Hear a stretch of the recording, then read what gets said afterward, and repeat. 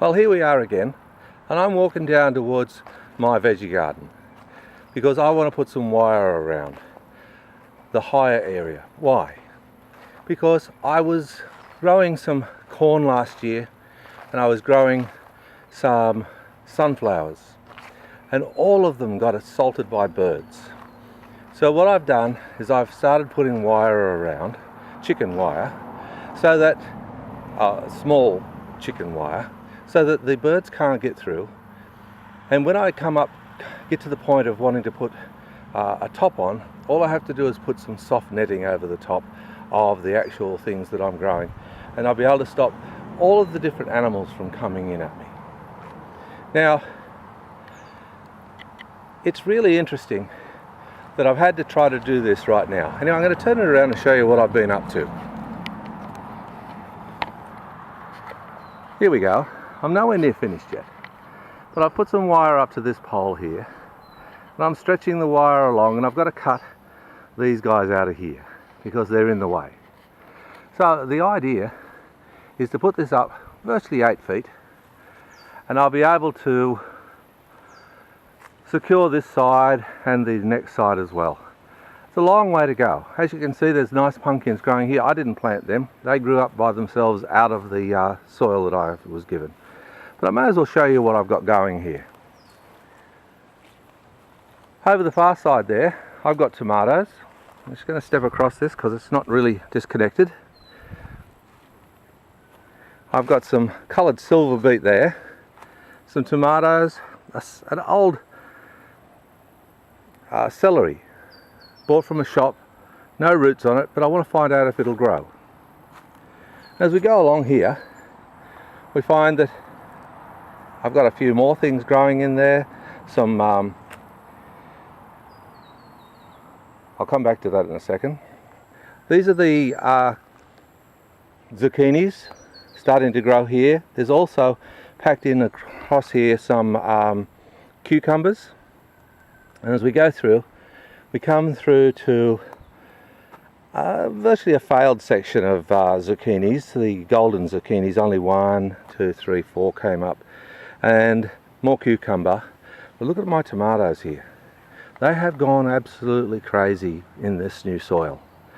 And I've lost control, and I've had to try to get back control, and I need to take out some of the lower limbs so that I can get in there.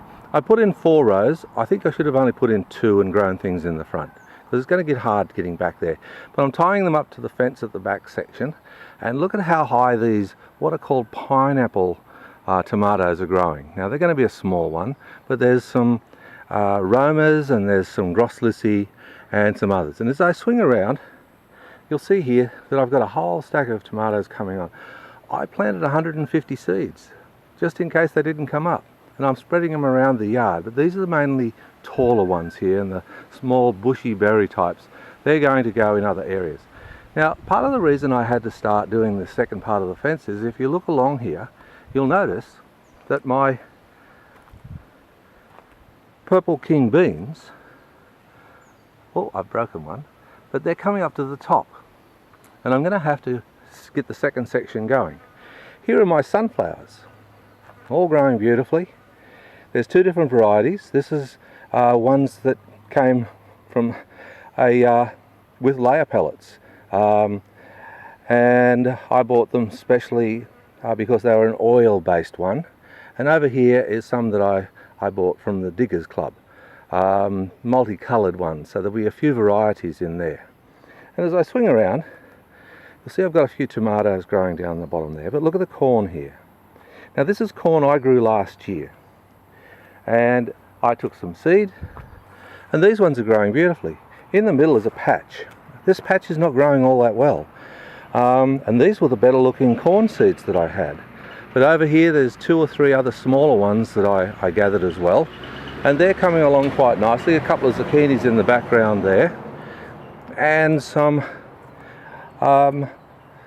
beans growing here as well, but these are the bushy sort, and I hope to be able to get into those. I really enjoy the beans. The beans have been the best growers in this area.